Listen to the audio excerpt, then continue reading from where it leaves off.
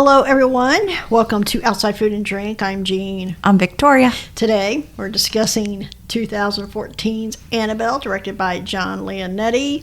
The quick and dirty is a murderous hippie transfers her soul into an already creepy doll and then pulls a Michael Myers. Interestingly enough, Mia, who is our primary female antagonist, is played by Annabelle Wallace. Yeah, that's kind of weird. It's very weird. Did I say antagonist? I meant protagonist. She's our main character. Besides the doll. So yeah. we have two Annabelles. Yeah.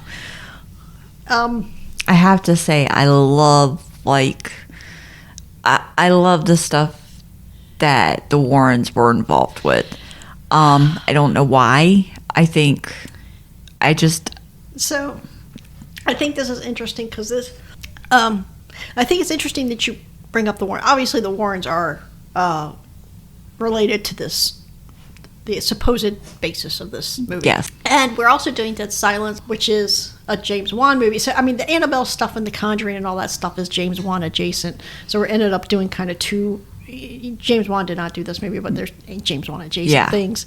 But and he a lot of all the Conjuring stuff was this Warren stuff. And then while we're watching this movie, I was like, I get Amityville vibes from this movie in a lot of ways.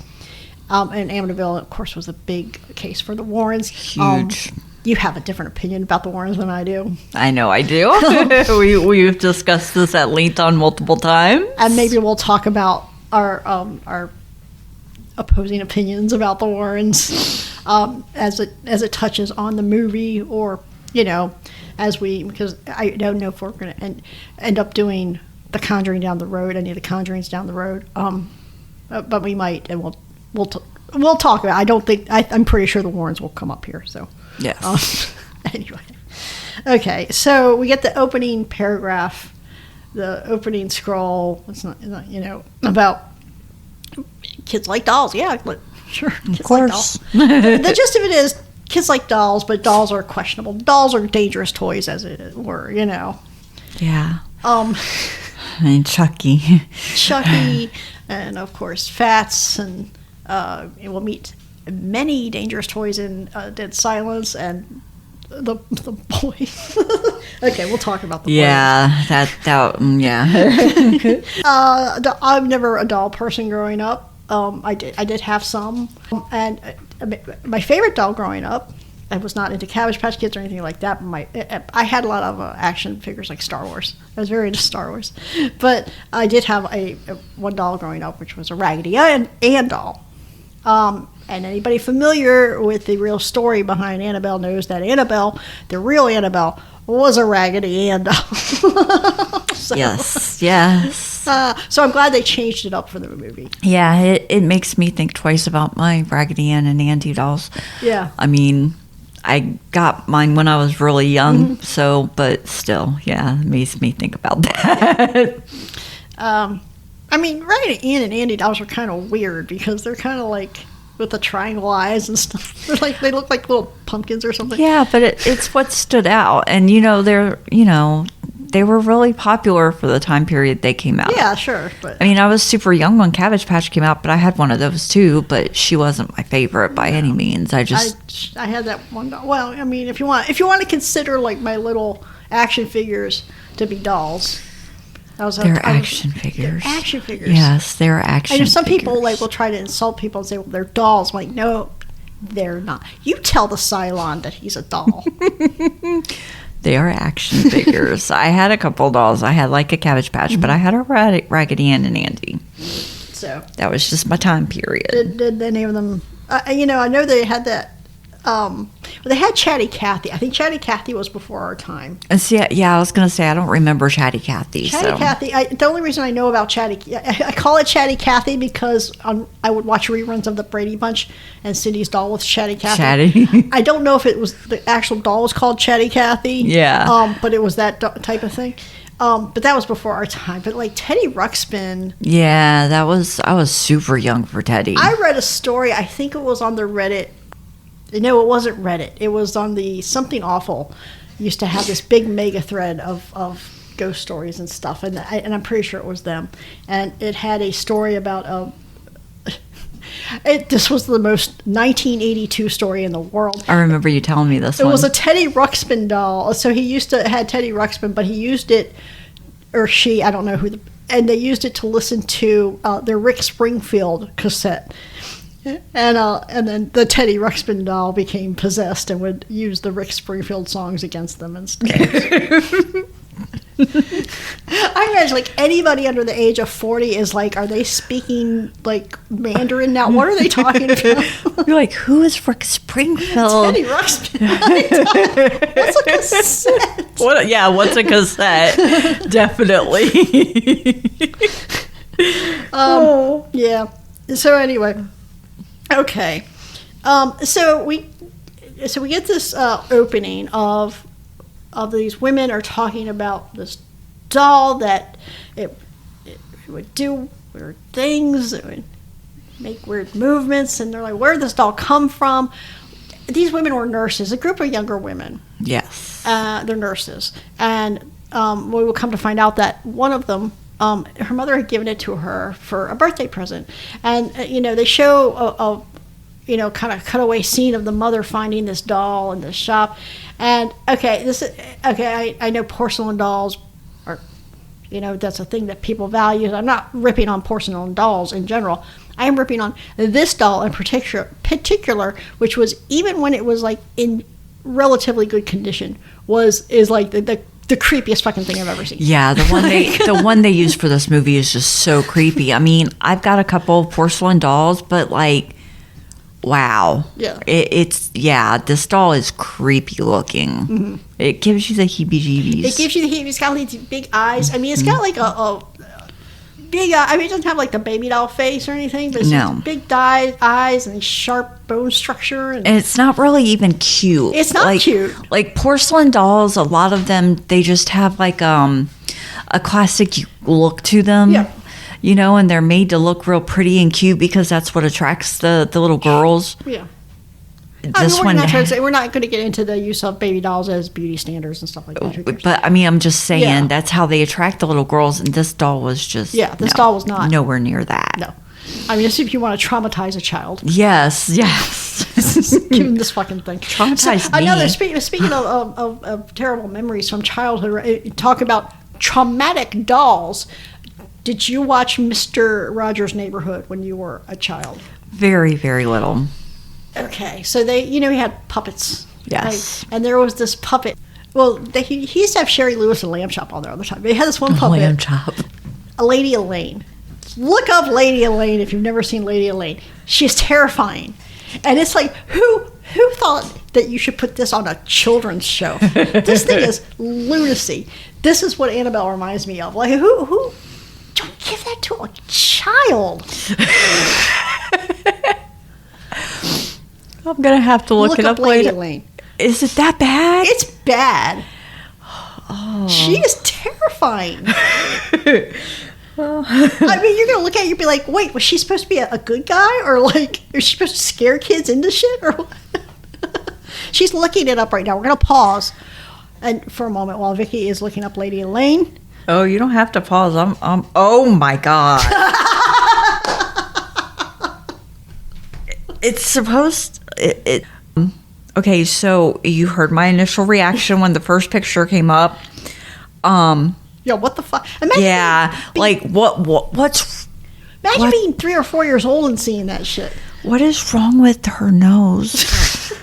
And why the dark patches on the cheeks? Nobody puts their blush on that dark.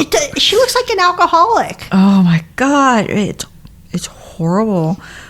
One of the things that it says is, who was Lady Elaine based on? Who was she based on? Fredra Rogers' adopted sister, Elaine Laney Rogers. Oh my God. I'm sorry. I didn't think she was based on a real person. And moving on. That was my scare of the day. Thank you. So Lady Elaine is hanging out with Annabelle. in the island of misfit toys, Well, maybe. I mean, there's shelves of these dolls, and none of them are particularly. None of them look like porcelain dolls of today's. They don't. They all look specifically designed to be creepy and off-putting. Definitely. Okay, so we had this intro with the card. We have this little snippet with the nurses, and then who we'll get more about the nurses in a subsequent installment of the Annabelle saga. But now we flash them back to 1 year earlier. We have this priest, Father Perez, played by Tony Amendola. He's giving us a sermon, and we have people. So we have these two couples. One's a older, like middle-aged couple, and a very young couple. The middle-aged lady is praying at these candles, or she's lighting her candles and doing her prayers, and we find out the young couple who's pregnant, and the older couple are neighbors. Yes. And we get some more information as they're kind of talking and chatting and, going. The young couple gets a ride back to the house. They're renting the house because the husband's in medical school still. So apparently the older couple, their daughter ran away and joined some hippies. All right. So this is, and as we see from like some television broadcasts and stuff, this is the very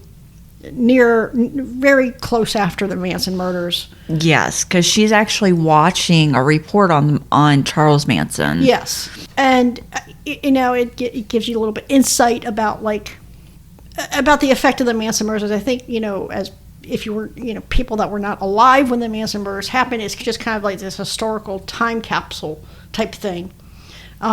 And the world was always the way it was after the Manson murders, because we don't know the world any other way. But and I think there's a lot.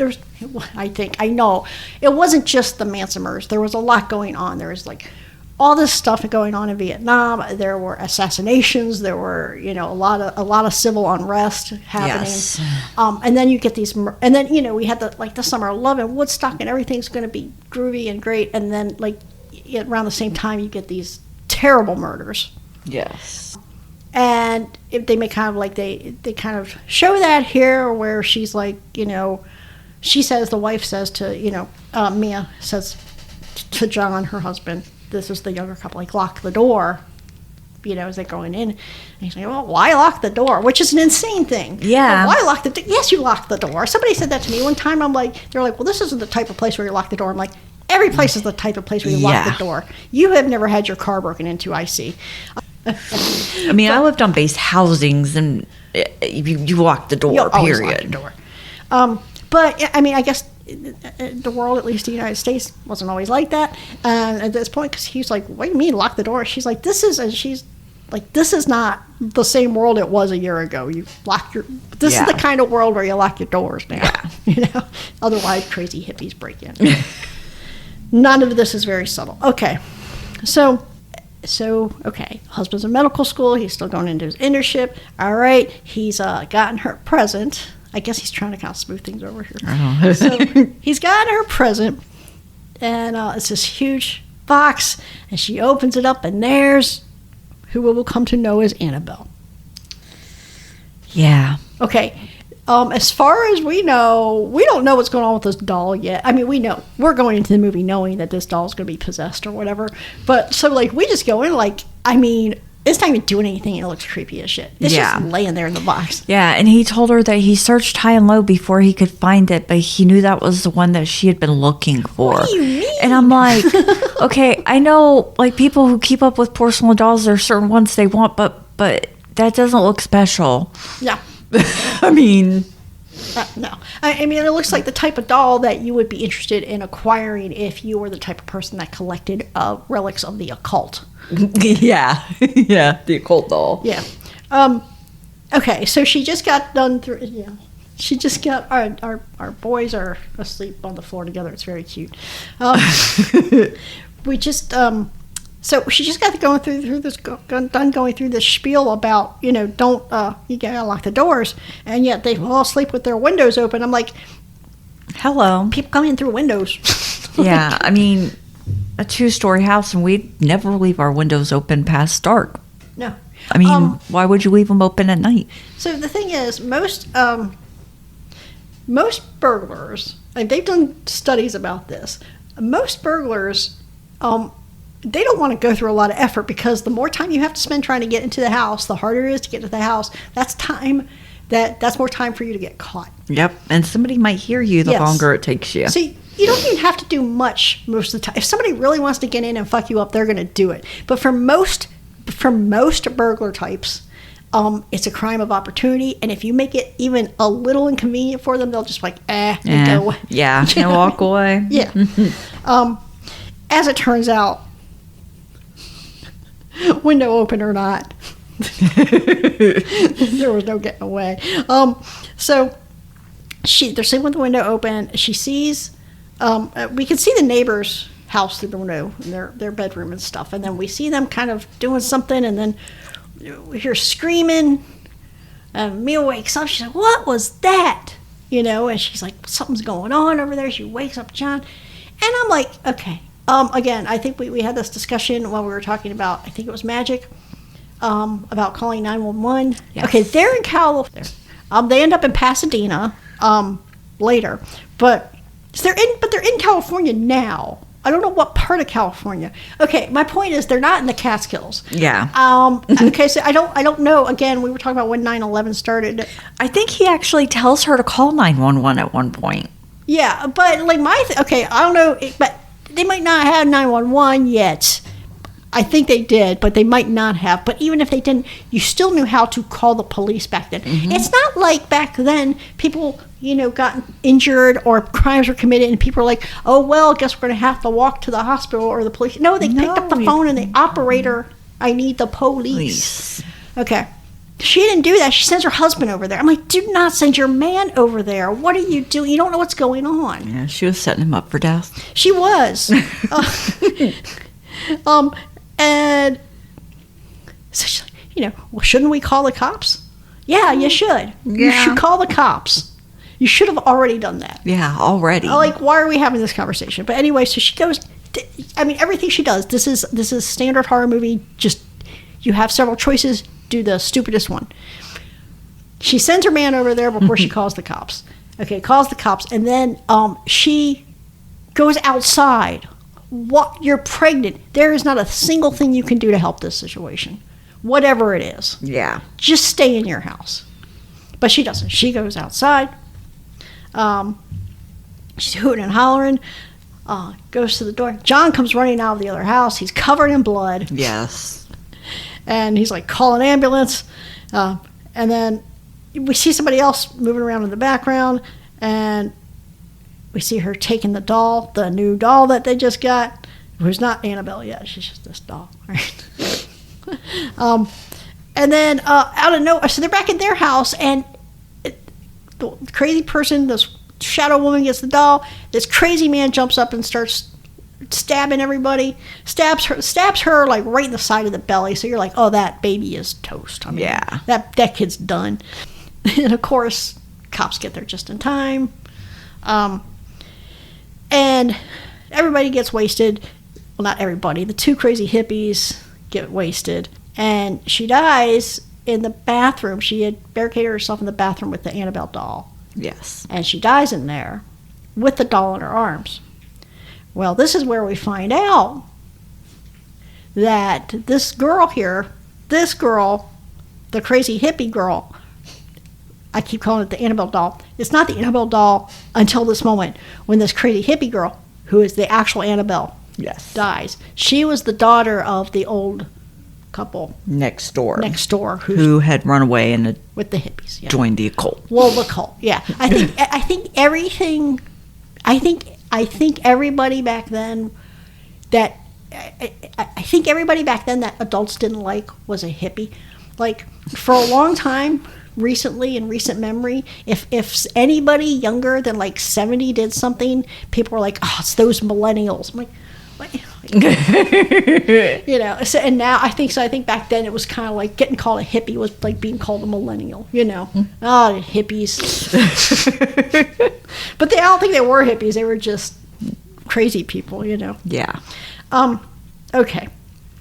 So, all right. She goes to the hospital. Okay. There is, though, this one. We do get this one little quick clip of Annabelle in the bathroom with the doll, and like there's some little blood drip on the doll. And the doll's eyeball sucks it right up. So I'm like, here, question. They will have us believe that this is significant, but the doll was already sucking up the life force. Yeah. Okay, so they go to the hospital. Baby's okay, but obviously you got to be on bed rest. Yes. And they mean bed rest, like don't get up. Yeah, they said she could get up to pee and that was it, but she doesn't even follow that. She doesn't. I mean, she's sitting up on the side of the bed. She's sitting at the sewing machine. I'm like, when I was on bed rest, I couldn't get out of bed. Yeah, that's the point of bed rest. You know, I mean... That's why they call it bed rest. They don't call it sitting on the couch rest. Yeah, I'm like, rest. the hell? So they go home. Annabelle is back on her shelf. I wouldn't want that fucking thing. No. Get it the fuck out the house. Especially not putting it in your unborn baby's bedroom. A dead person was clinging to it. I don't... Get it the fuck out. Put it in the coffin with dead girl. Well, okay. So Mia makes John promise, you know, hey, if something happens, like if hippies break in and try to kill me again, please save the baby. He's like, okay, but like, I don't think it's going to happen again.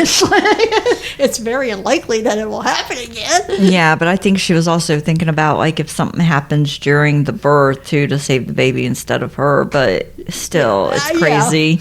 Yeah. It's crazy that her mind goes to that. Yeah. Anyway, okay, so so they're having this conversation, and we're always going back and forth and showing things in the nursery. The little mobile is moving by itself, like, or it could be the wind.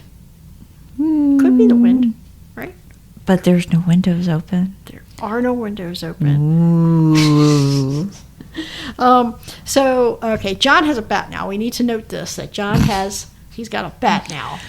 They're not going to catch him out next time. Yeah, John, that bat. Yeah. Flash forward 10, 20 years, that bat's not going to help you. Nope, you should probably have like a golf club or something. A golf club. Yeah, that's not going to help. They're harder. The last time this bat could have helped you was this when this movie was made. Yes, we're talking about her being terrible at being on bed rest. So she's up on her sewing machine. Yes. Going along, doo-ga-doo-ga-doo.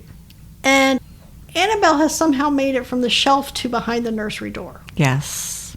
So they put her back in this. Where would you I think they put her in the rocking chair next. I was going to say, you know where I would never put a doll like that? I would try to put it in the closet. I've seen too many shows and movies. Like, if I put it in the closet or the trash can, I'm just setting myself up to get all worked up when it appears somewhere else because it's going to. Yes. But you know where I'm never going to put it? Where? The rocking chair. Annabelle's in the rocking chair. Last time we see Annabelle, she's in the rocking chair. Right? I'll make sure not to put anything in the rocking chair. And she's still home alone. Mia's still home alone the next day because John has to go to work. You know, we're getting bad TV reception, which I don't know. Maybe it's just because it's the 60s or 70s. I don't know. I mean, she's got a pair of rabbit ears on it. Yeah, so, I mean, the bad anything. reception is going to happen like that, I think. And we get a good demonstration in why you don't put dolls in rocking chairs because Yes. the rocking chair starts moving.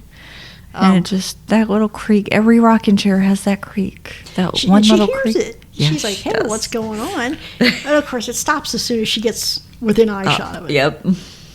I got annoyed with like the opening and closing of doors. And Yeah, they kept closing the nursery door, and I'm like, why don't you just keep it closed? Who keeps opening it? Why is it open every time you leave your room? If it's always open, I mean, that would be my first big problem. Be like, why? I'm the only one here, so I'm not opening it. Yeah. Okay, but like they kept closing. I'm like, what are you doing? It was so annoying. I'm like, stop closing the fucking door. Like, Well, I mean, I was just like, why does the door keep opening? Yeah. If you want it closed, great. Yeah, it's creeping you out. Close the door. But how is it every time you go by it, it's open again? and you're Are you like, not thinking oh, about whatever, that? Close the door. Yeah. Are you opening it every time you go back out? What's going on? What am I missing? Because you've closed the door 3 times. Yeah. And I haven't seen you open it yet. Yeah, I never saw them open it. Yeah. Close It's just closed. And I'm like, what the heck? Yeah. Yeah, it was I was getting very frustrated. Annoying. Yeah. So, okay, now, all this is going on, and John's like, well, there's this conference. So he's trying to get matched to a hospital, and there's one he wants to be at. There's going to be a conference that if he goes, that'll probably help his chances, you know. Yes. So she's like, okay, I get it. I'll be fine.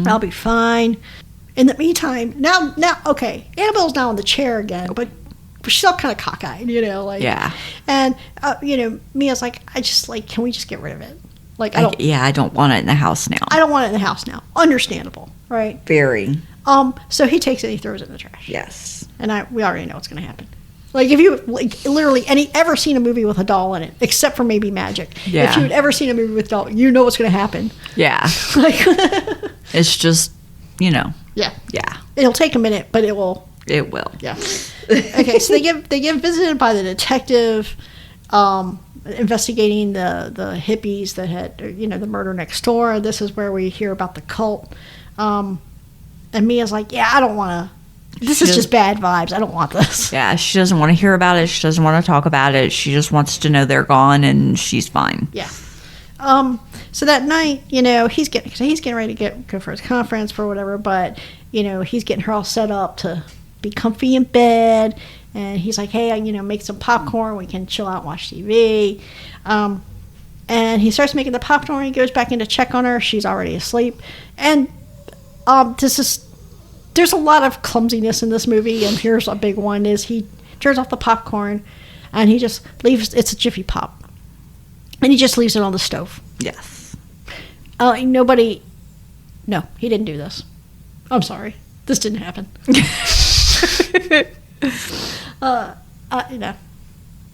No, he didn't. Okay. Not this movie. But we're going to go with it, okay? He left the Jiffy Pot on the stove. Yeah.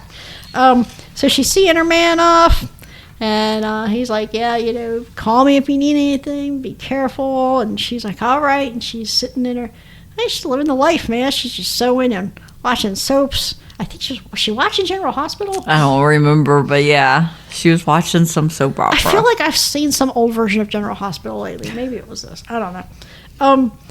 So, okay, this popcorn that he pointedly did not take off the stove the night before, all the burners on the stove turn on, and the popcorn starts popping. So, yeah, so the popcorn starts exploding, the kitchen catches on fire, popcorn everywhere. Mia's fumbling around like, this fucking baby is doomed. She's never getting out of this house. Mm-hmm. And as she's trying to, she's get kind of close to getting out, she gets dragged back in by some unseen force. Of course, we have a neighbor to save the day, you know. But she gets taken to the hospital. Here comes John running down the hallway of the hospital, back from his conference. Baby's already been born. Yep. He was too late. She's apologizing to him. I'm like, this was your fault. Yeah, this was not your fault. Yes, it was. He left the popcorn on the stove. Oh, I was talking about her having the baby. Oh, yeah, baby yeah. comes when the baby comes. It's not her fault she had it without him. I think she was apologizing for the fire, though. Oh, well, that was not her fault. No, that was his fault. Yeah. Okay. Anyway, so they moved. This is where they moved to Pasadena.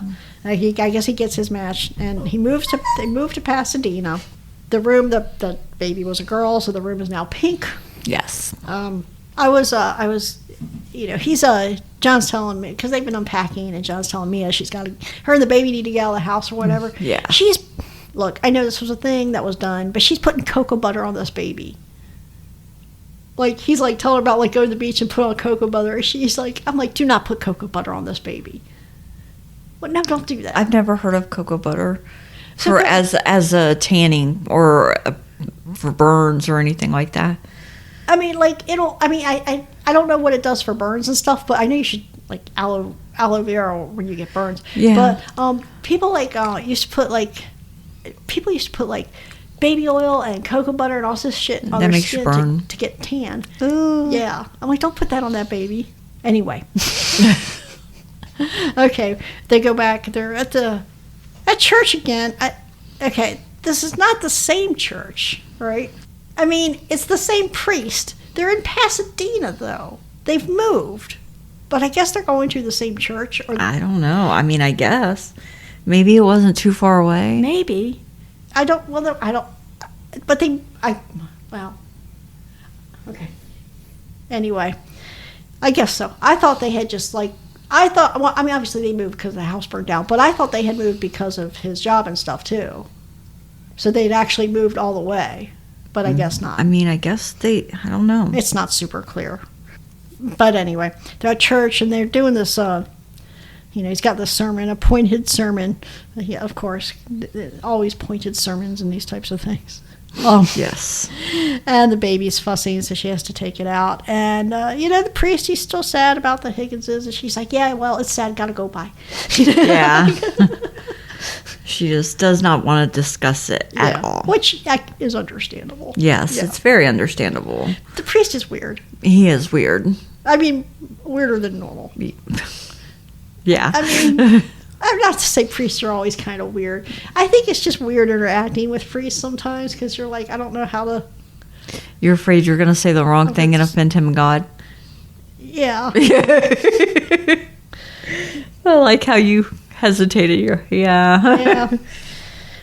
So anyway, they go at home. They're unpacking. Here, there's this. They got this one doll that cackles. Why does this doll cackle? And she acts like it's the coolest thing in the world. I'm like, that's not cool. It sounds like the Wicked Witch, man. So they got this cackling doll, and then here's Annabelle. Oh, the bottom of the box. And he had thrown her away, and she reappears. And John's like, I threw this bitch away. Now Mia wants to keep her. Yeah, Mia's like, it's fine. And she just puts her up on the shelf. And I'm like, it's not okay, fine. You wanted her gone. Yeah. She was gone. Now she's back. He knows she threw her away. You don't care either way. And now you're just like, oh, yeah, let's take her back. Girl. You're not making any sense, Mia. Killing me. She's killing me, too. You're killing me, Mia. So anyway, I knew I was not hallucinating. She's watching General Hospital here. And there's this weird, spooky lady walking around. Behind her. Yeah. But she doesn't see or whatever. But it wakes up the baby. Baby knows. Yeah. There's these kids on the stairs. Mm-hmm. A girl and a boy. Girl and a boy. They're talking about stranger danger, basically. That's pretty funny because, Mia and the baby are going down the stairs, and Mia's trying to kind of just be nice to the neighbor kids who are causing a problem because they're in the middle of the stairs. Yeah. And they're like, don't talk to her. She's a stranger. I mean, okay, yeah, true. You should be careful about who you talk to, but then you should also get the fuck out of the way. Yeah, exactly. This stroller is a nice nod to, or the style of the stroller is a nice nod to the stroller and the bassinet situation in Rosemary's Baby. Yes. Which I appreciated. Okay. Later that night, Mia has set up a romantic dinner, and no, John's running late, I guess. Yeah. I guess there's an emergency at the hospital. And she takes this record. She has a record playing while she's waiting, and she finally realizes, it blows out the candles, takes the record off, or the needle off the record, and she leaves the room, and the record starts playing again. So it's not just a matter of an electrical glitch or something with a CD or an MP3 or something, right? It's actual record restarted itself. Yes, that physical needle was moved and placed on the record. Yes. So that's spooky, right? Very. We got more drama with the sewing machine. The sewing machine's going off by itself, and there's curtains are attacking people. Yeah. And Annabelle is just kind of appearing in places where she should not be. It's impossible for her to be in these places. Exactly. She's transporting, or not transporting. What do you call it? Moving around, but teleporting. She's teleporting through walls and doors and shit. And when Mia tries to tell John about all this wild shit, he's like, it's probably postpartum. Especially with all the trauma around the birth. Aye. Let's talk to the priest. I'm like, okay, yeah, sure, talk to the priest. Yeah, tell him you got postpartum. Let's see what he says. Okay, in a movie, in the real world, if you were to go to a priest, a lot of priests are trained. I don't know what his order is, but a lot of them are trained psychiatrists or psychologists. Really? Yes, and a lot probably in real life, he would have been like, yeah, this does sound like postpartum. Maybe we should refer you to somebody who can prescribe you some medicine or get you on some therapy or something like that. Yeah. But that's not what happened here because this is Annabelle. Yes. So, yes. the priest has concerns. Okay. We also, around this time, we meet Evelyn. Evelyn, who's played by Alfre Woodard. Yes. And as soon as she appears, you're like, uh-oh. Alfre Woodard's in here, so, probably something's going to happen with Alfre Woodard.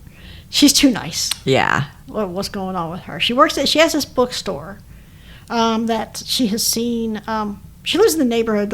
She lives in the building, but she also has this bookstore in the neighborhood that she has seen Mia in. Yes. And so they're, hey, let's, hey, hang out. I'm around, whatever. Okay. I'm around if you want to hang. Yeah, that type of stuff.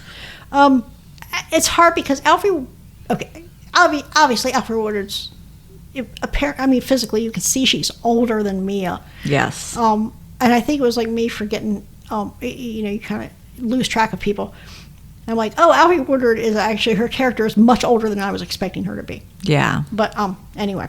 So one of these things that Mia does is she can hear footsteps overhead. Yes. Which I thought nothing about at first until you realize that they were on the top floor.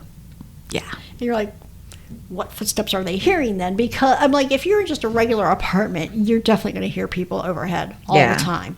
But if you're on the top floor, you really shouldn't. Not just, people will walk on the roof, but there's different engineering there. It's not like this thin wood floor. You actually have concrete and shit. So you shouldn't be hearing this type of stuff. But she's hearing it. Why doesn't it occur to her that she shouldn't be hearing this? I don't know. Okay.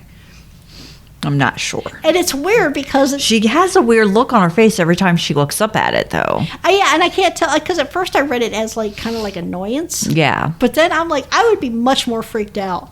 I think maybe, as somebody who's lived in plenty of apartments, maybe the first time or two I'd be like, oh, footsteps again. And then after that I'd be like, wait a minute. You're like, what the hell is going on? We need to talk to somebody about this shit. Yeah.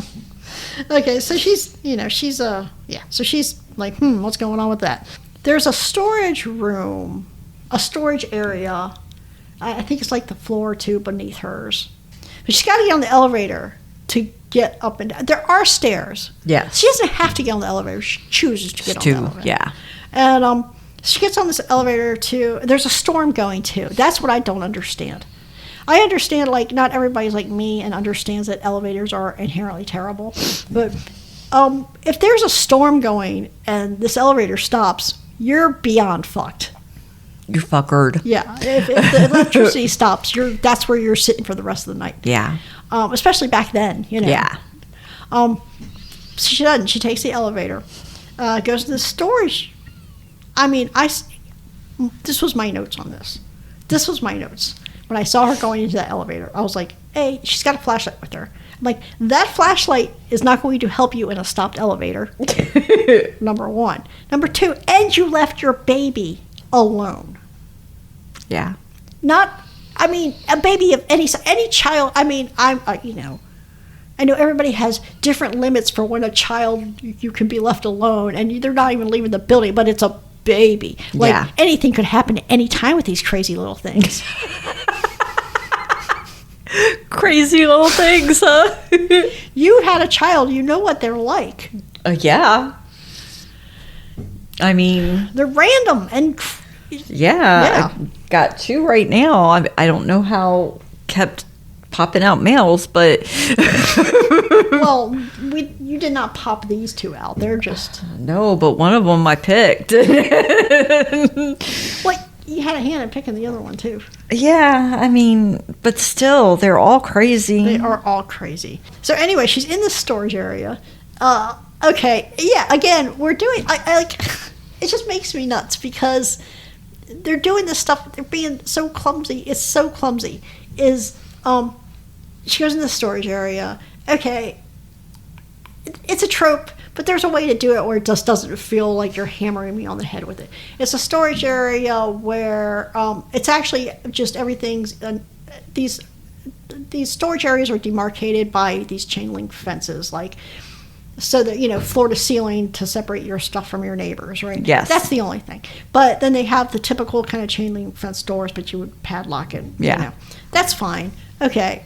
But she doesn't open the door all the way. She just barely opens it. Yes. It's just enough to kind of slip her body in. Yeah. And then she gets all the way into the storage unit, but there's no need for it. Nope.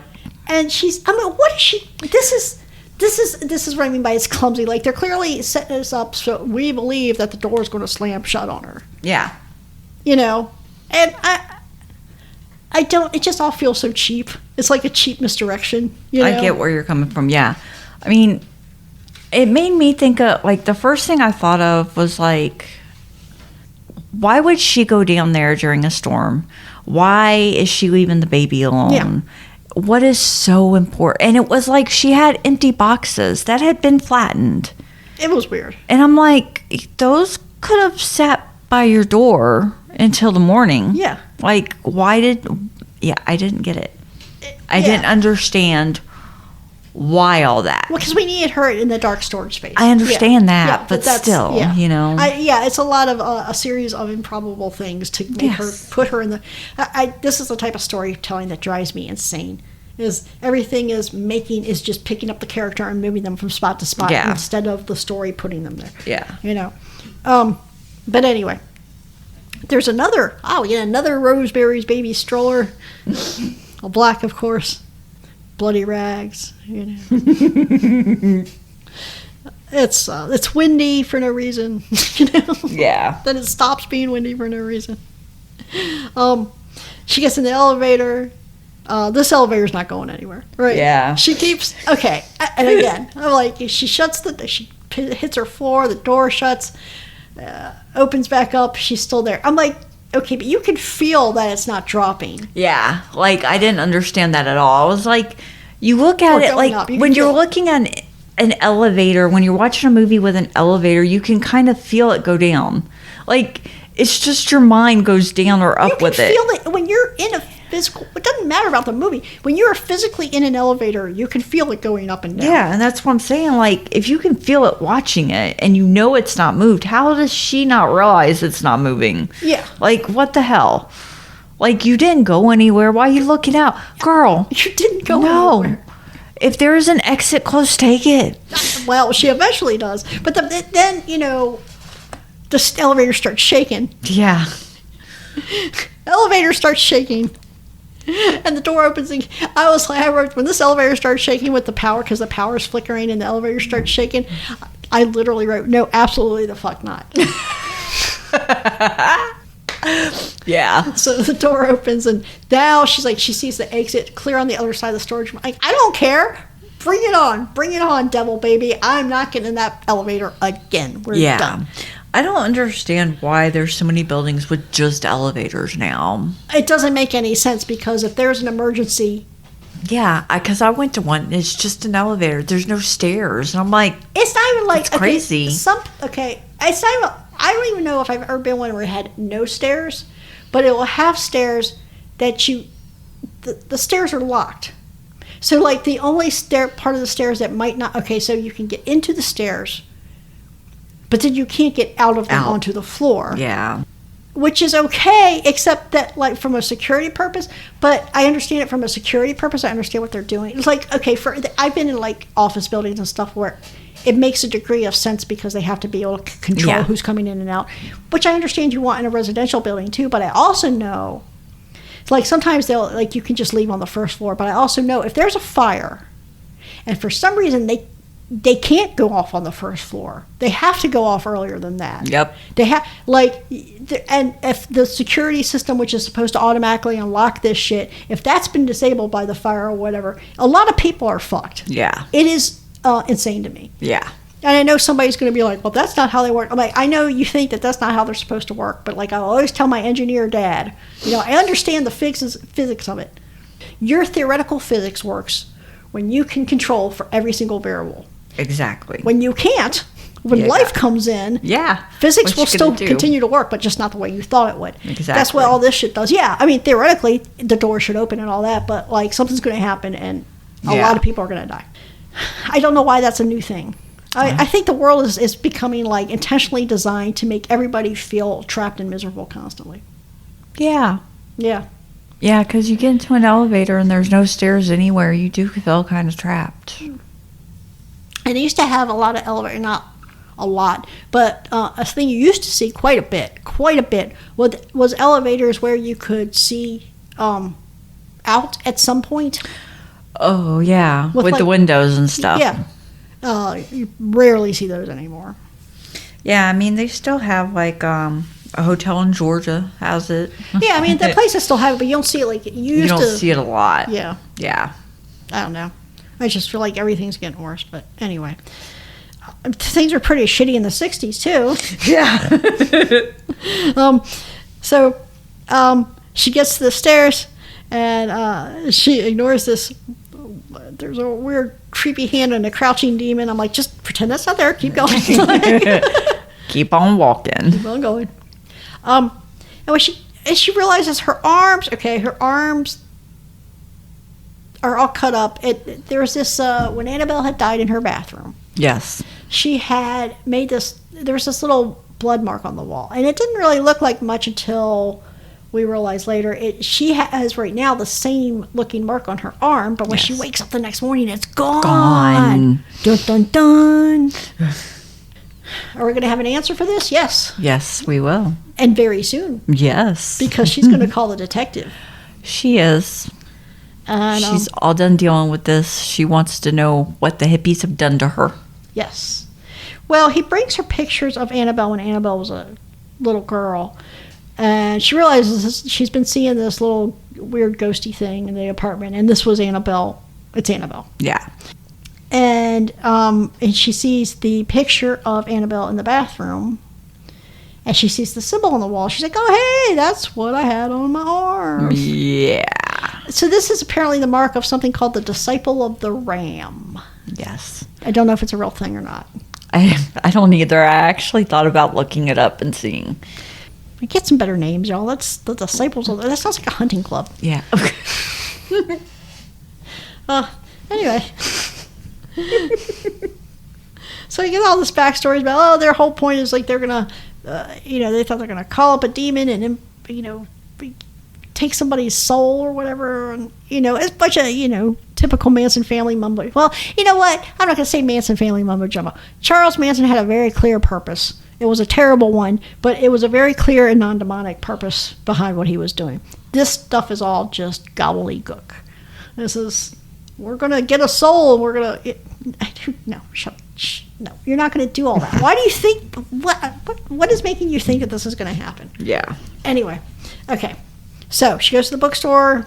Evelyn discovers her, looking at books on the paranormal and the occult, and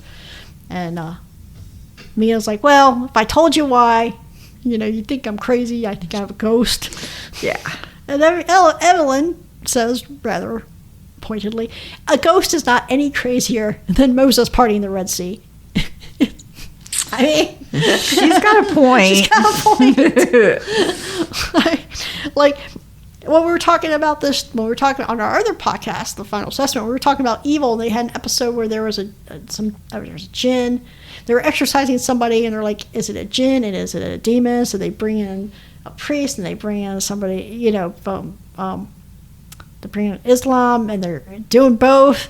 And the Muslim guy is like, these demons, this is ridiculous. And the Catholic person is like, well, the jinns are ridiculous. I'm like, they're both the same level. Whether you believe, if you decide you believe them, great. If you believe one, you kind of have to believe the other. Yeah. They're the exact same level of credibility here. Yeah. So that's the point she's making here. Like, how can you believe in the parting of the Red Sea, but ghosts are a bridge too far? Yeah. What are you talking about? Yeah. Okay. Well, but Evelyn doesn't think it's a ghost. She thinks it's a demon. Yes. She explains, I feel like every time I watch these Conjuring universe movies, I have to hear this Lorraine Warren explanation of what a demon is, which is it's an evil thing that was never a human. I mean, that's a very Lorraine Warren explanation.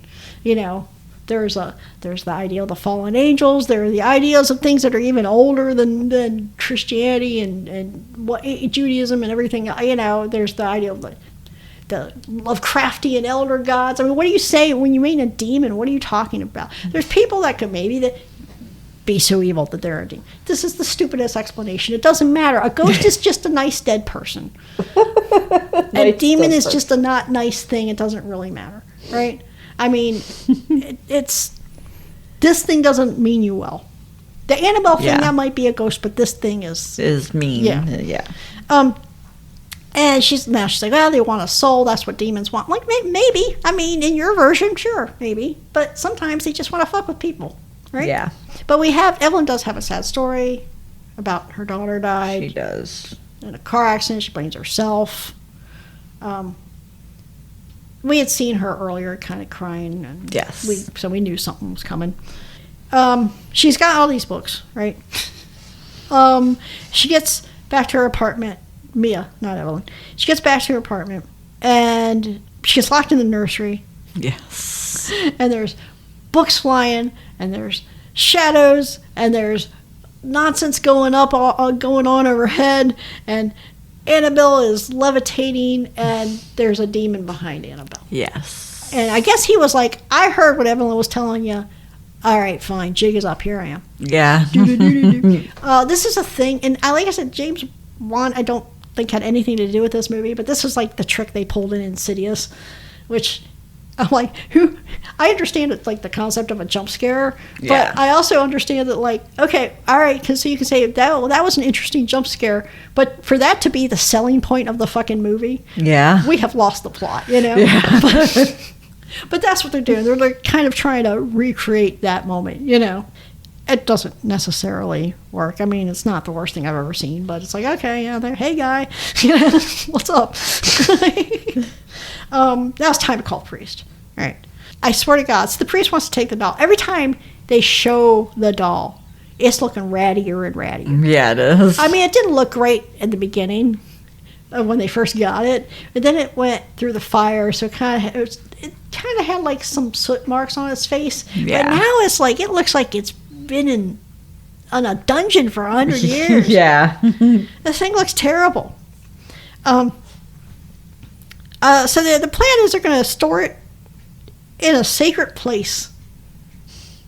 Okay. Sprinkle some holy water on it. Do something. Take some precautions here. He just puts it in the passenger seat with him. Like, and then he realizes how creepy he is, and he puts it in the back seat. Yeah, but like, but still, just okay, passenger. Okay, well, I'll put it in the back seat. How about let's try the trunk? Why don't we do that? You know, why don't you do that? Because then if that thing gets out, you're gonna hear something. It's not. You can't sneak up on you. You're gonna hear it, right? I was like, he's not making it to the fucking church. This guy. Oh, poor priesty, your day has come. It's like get your eyes, and he does the thing where he's not looking at the road. I'm like, get your eyes on the road. You know. Oh, so the priest gets to the church. Uh-huh. He takes the doll out. He's walking up the church stairs, and it's like something happens, and he just passes out and drops the doll. Like, it was weird. It was weird because he just falls out, and the doll, and they come and get him. They take him to the hospital, and doom, doom, doom. Nobody seems to know where the doll is now. Nobody knows where the doll is now. But, so John goes to visit. They do get Perez to the hospital. Yes, they do. John goes to visit him, and Perez is like, hey, the demon's true intention. The demon wants Mia's soul, just like Evelyn said. They want a soul. Yeah. Why does it want Mia's soul? Because Mia is sweet, innocent, pure still. This is the same shit we got in The Exorcist, right? Yeah. Except, It's a mothery thing. Well, but no, it was in The Exorcist, it was, they tried to give us this jive because, Reagan was playing with the Ouija board, and they tried to give us this jive like it's only interested in, innocent souls. Because, I mean, like, if you take somebody that's already fucked up, like, that's not a... Yeah. You didn't do anything, So she wants this... But, yeah, they're going about the being the mother and all this. Okay, whatever. That's fine. Well, it ends up the Perez gets... Okay. Perez gets... Is it possessed? Is that the right word here? Right. Or is it just the demon looking like Perez?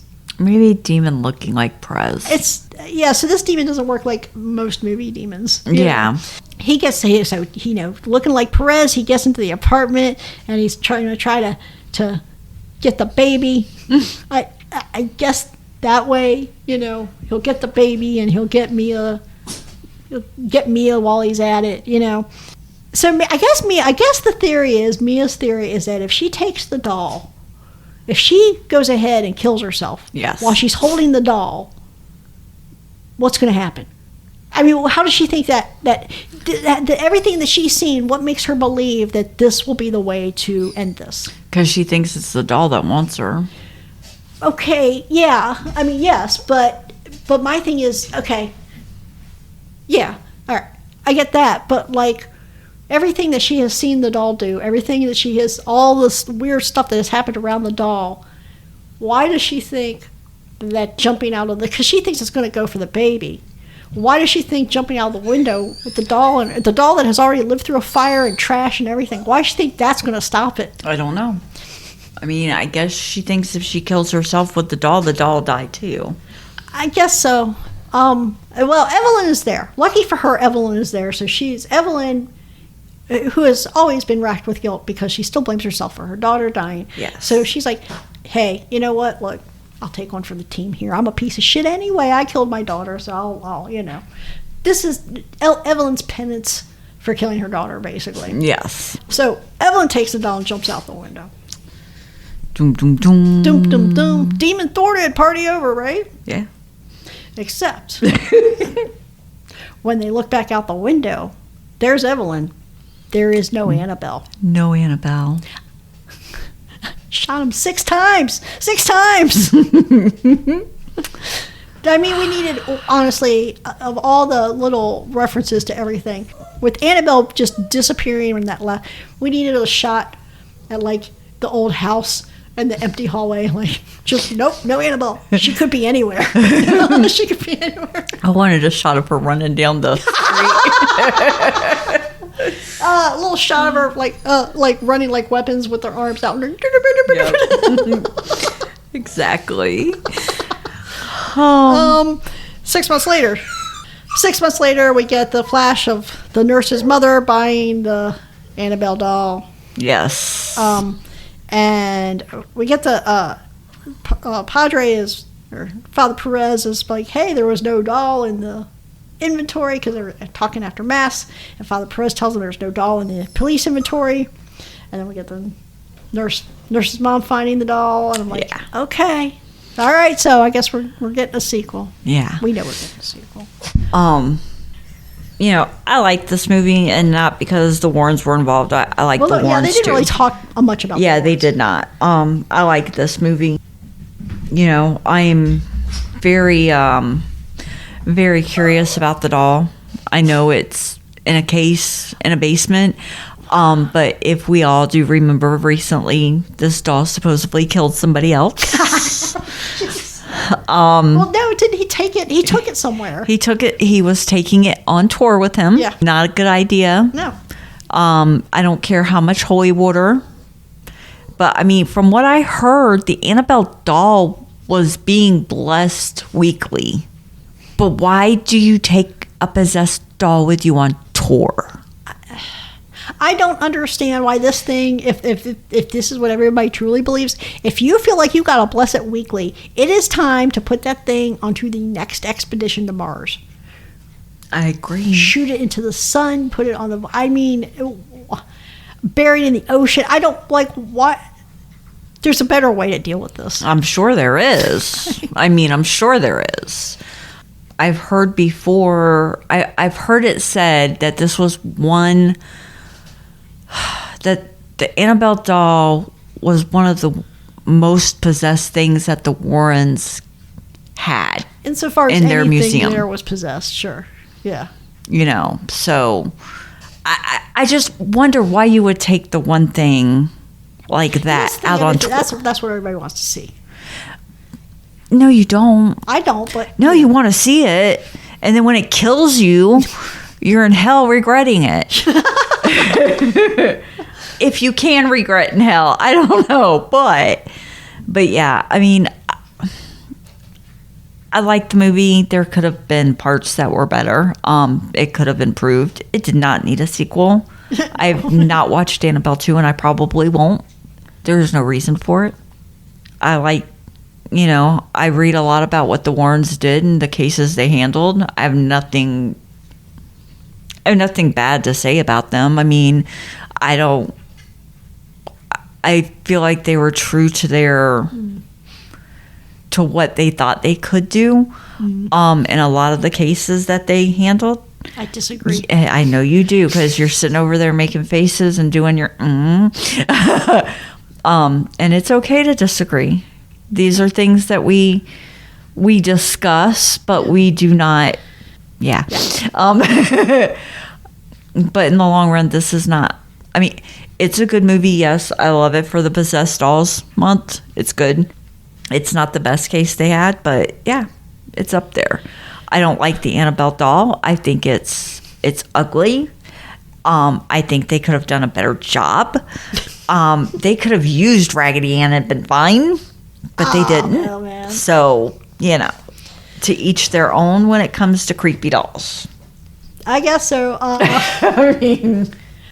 We'll see how this shakes out over the month.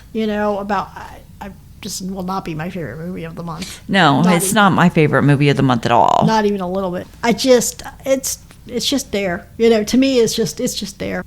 You kind of you see everything come. It kind of, I feel like it kind of drags in the beginning. Like the first half is really slow. I felt like they could have done different things to make it speed up, and they could have done more with it. Yeah, and it's weird because when I think about it, like the story beats, I'm like, I don't even know, but it just felt like it was just going on and on. And we did watch it late at night, but still, that was not the point. No, because we watched Dead Silence late at night and I didn't get that. So, I can tell you Dead Silence is probably gonna be one of my favorites for this month. Yeah. But we'll talk. We're talking about Dead Silence next week. So I'm not a big fan of the Conjuring universe. I'm not a big fan of the Annabelle franchise. It all feels very safe and well trod to me. Like I said, they used. I appreciate the nod to Rosemary's Baby. Yes. I appreciate the nod to Halloween at the end, if that's what it was. Yeah. But appreciating a nod is not the same thing as there was a lot, like I pointed out, there's a lot of parts of the movie. It was very clumsy. Yes. You're very much not just telegraphing. There's one thing. It's like I've seen 100 of these movies, so it's very hard to surprise me. Yeah. And there's a difference between you surprised me and you fumbled with my bra for a half hour. Or that's what this felt like a lot. Yeah. I thought it was a terrible metaphor. There's a difference. There's a difference between you surprised me or you didn't surprise me because I've seen 100 of these movies. There's a difference between that, because sometimes you didn't surprise me, but you did it really well. So there's a difference between that and I could physically feel you picking up the characters and moving them to other parts of the story. Yeah. You weren't telling me your story, you were just moving people around. Yeah, because how many movies have I seen and I still scare at certain ones?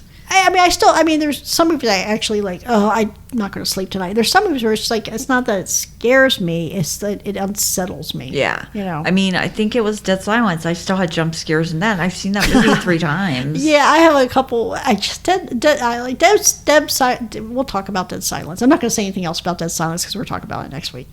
But yeah, I just like this movie it's there. And, you know, I mean, I've seen worse, obviously. Not a big fan. I would give it. I'm not gonna let. I'm gonna let my part go unless you. Do you want to say anything else about it? No, I'm good. Okay, so I will give it. With all that in mind, I will give you my rating. I don't think this is what you're going to choose for your rating, so I'm going to go ahead and go for it. I'm going to give this. I'm going to give this 2 unpopped Jiffy Pops out of 5. I was gonna give it 3 strollers out of 3 5. Rosemary's Baby strollers Out of 5, yeah. All right, so give it 3. Give it the full rating. Okay, 3 Rosemary Baby strollers Out of 5. Yeah. out of 5. All right, that's it then. 2 stars. Two Jiffy Pops and 3 strollers. Yeah, that's the word. So next week, we are going to be talking about Dead Silence. Yes, we are. Donnie. Donnie, just right, Donnie. Donnie, Detective Donnie. Yes. Detective Donnie Wahlberg, okay. With his razor. Yeah. Which is... It's hilarious. I have a lot to say about that. That's what we're going to be talking about next week, and then the week after that, we're going to be finishing off Diaz for Doll Month with The Boy. Until then, you can check out our other podcast, Deconstructing the Dark Pasture, the podcast about all things Dexter, and the Final Assessment, a podcast about Evil, the television show, not the general idea, philosophical concept. Or the general public. The general public. And you can also follow us on our socials, drop us a line. I can't believe I'm inviting this. Hey, if you have an opinion about the Warrens... Actually, if you have an opinion about the Warrens, I'll be checking the emails and she and everything. Emails. So bring it on because I'll talk to you about them. Yes, I like the Warrens. I think I've investigated their work. So if you want to talk to me about the Warrens, or you've got the case that you think I haven't heard about them yet, bring it on. Yep, let me know. And until next week when we talk about Dead Silence. Later. Later.